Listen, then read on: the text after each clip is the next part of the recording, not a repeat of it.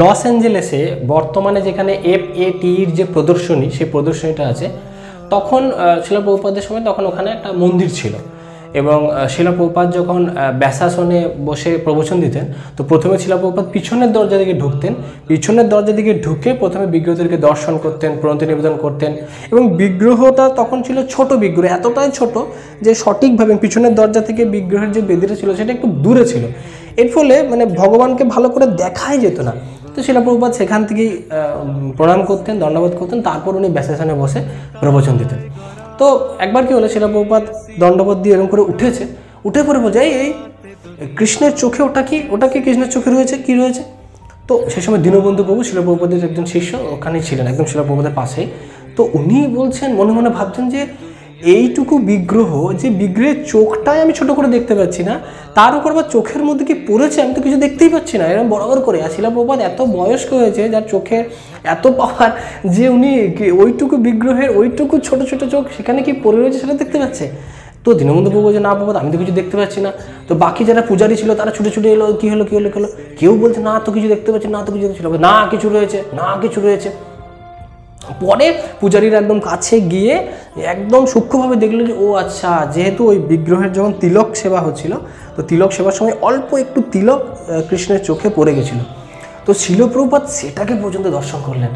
তো দীনবন্ধু প্রভু অবাক যে আমাদের চোখের পাওয়ার তো শিল প্রভুপাদ থেকে বেশি হওয়ার কথা, কিন্তু শিল প্রভুপাদের চোখ জড়জাগতিকভাবে হয়তো শিল প্রভুপাদের চোখের পাওয়ার আমাদের থেকে কম ছিল, কিন্তু দিব্য দৃষ্টি, ভগবানের প্রতি যে ভক্তি, ভগবান ওনার চোখের মধ্যে সেই দৃষ্টি দিয়েছেন, যে দৃষ্টি দিয়ে এক টুকরো কি বলবো তিলক পর্যন্ত কৃষ্ণের চোখে পড়ছে। এবং কৃষ্ণ যে একজন বিগ্রহ, উনি যে সাক্ষাৎ ব্রজেন্দ্র নন্দন, এবং ওনার চোখে, আমাদের চোখে যদি কিছু পড়ে যায় আমরা কি করি, সবসময় খটখট করি না, তো এবং আমরা অস্বস্তি বোধ করি যতক্ষণ না সেটা বেরোচ্ছে। তো প্রভুপাদ সে অস্বস্তি বোধ করছিলেন যে কৃষ্ণের কিছু একটা হচ্ছে, অসুবিধা হচ্ছে, এবং সবাইকে বললেন তাড়াতাড়ি। তখন ওনারা পূজারীরা গিয়ে সেটাকে পরিষ্কার করলে, তারপর শিলা প্রভুপাদকে ব্যাসাসনে বসলেন। তো একবার চিন্তা করতে পারছেন শিলা প্রভুপাদের ভাবটা, কোন স্তরের শিলা প্রভুপাদ ছিলেন। শিলা প্রভুপাদ ছিলেন উচ্চ স্তরের, কিন্তু আমাদের জন্য উনি মধ্যম স্তরে এসে উনি প্রচার করেছেন, মধ্যম স্তরে নেমে এসে উনি প্রচার করেছেন। সেবার ব্যাপারে সেটা যে কোনো সেবা হোক, উনি ছিলেন নিট অ্যান্ড ক্লিন, উনি ছিলেন সবসময় বেস্টটা চিন্তা করতেন। তো একরকমভাবে একবার দ্য নিপ্পন যে কোম্পানি, বই ছাপানোর যে কোম্পানি, সেই কোম্পানি শিলা প্রভুপাদের ডিকটেট করে ওইটা যে শ্রীমদ্ ভাগবত যে সেটটা, সেই সেটটা ছাপিয়েছিলেন। তো শিলা প্রভুপাদ খুব মনোযোগ দিয়ে দেখতে লাগলেন কীরকম বইটা বাঁধানো হয়েছে। শিলা প্রভুপাদ দেখলেন খুব সুন্দরভাবে চিত্রগুলোকে প্রদর্শনী করা হয়েছে। তো শিলা প্রভুপাদ বললেন, বাহ, আমার মনে হচ্ছে এই চিত্র প্রদর্শনী আমাদেরকে বেশি করে বুক ডিস্ট্রিবিউশন করবে, কারণ এত সুন্দর ছবি রয়েছে, ছবিটা দেখেই যে কেউ আকৃষ্ট হয়ে বইটা কিনে নেবে। তো শিলা প্রভুপাদ খুব খুশি হয়েছিলেন যে দ্য নিপ্পন কোম্পানি এত সুন্দরভাবে বইটা ছেপেছেন।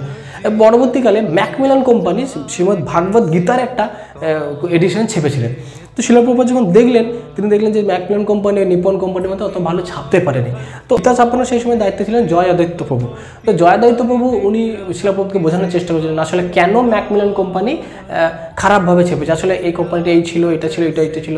শিলা প্রভুপাদ বললেন, নাচ না জানলে উঠোন বাঁকা।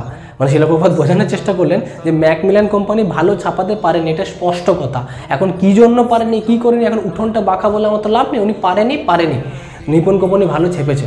তো শিলা প্রভুপাদ প্রত্যেকটা ব্যাপারে ছিলেন সচেতন, যাতে গ্রন্থগুলো ভালোভাবে ছাপানো হয়, যাতে মানুষের কাছে পৌঁছায়। অর্থাৎ গ্রন্থ বিতরণটা, গ্রন্থ ছাপানোটাও যে ভগবানের একটা সেবা, এবং ভগবানের সেবার ব্যাপারে শিলা প্রভুপাদ কোনো রকম এক্সকিউজ সহ্য করতেন না। আমাদেরকে শিলা প্রভুপাদের এই ব্যাপারগুলো থেকে শিখতে হবে যে আমাদেরকে যদি প্রকৃত অর্থে ভাগবতধাম পৌঁছাতে হয়, যদি এত কষ্ট করে আমরা কৃষ্ণ ভক্তি করছি এবং সেইটাকে যদি আমরা সহজিয়ার মতো করে করি, তাহলে কিন্তু আমাদের হবে না। আমরা নিজের মন গড়া পন্থা অবলম্বন করলাম, না কৃষ্ণ ভক্তিটা করবো, আমি যা খুশি তাই করবো, এরমভাবে চললে কিন্তু কৃষ্ণ ভক্তি হয় না। আমরা যতই কষ্ট করি, শিলা প্রভুপাদ বলেছেন যে ইস্কনের মেন উদ্দেশ্য হচ্ছে শুদ্ধ ভক্ত তৈরি করা, শুদ্ধ ভক্ত, দুধ জাল করো, শিলা প্রভুপাদ বলেছেন।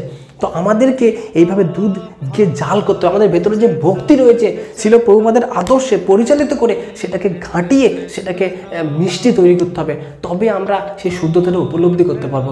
জানি না কবে পারবো, কিন্তু আমাদেরকে অন্তত চেষ্টা তো করতে হবে। জগৎগুরু শিলা প্রভুপাদ কি জয়। হরে কৃষ্ণ।